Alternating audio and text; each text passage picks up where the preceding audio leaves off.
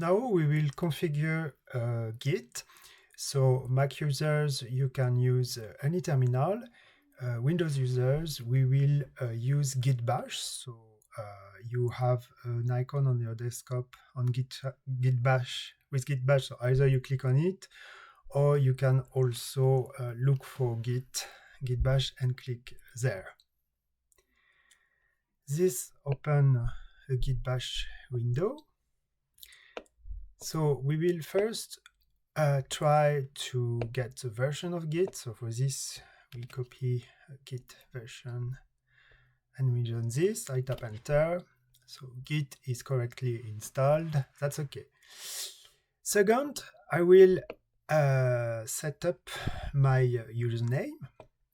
So here I put 𝚈𝚎𝚎𝚎, but you can replace by your name. I copy, I paste, type enter. Then I do the same for my email. Of course, you replace by your email. You tap enter. And then we will check that the information that were typed as a configuration are okay. So we copy this, we paste, enter, and we have the information. And that's it.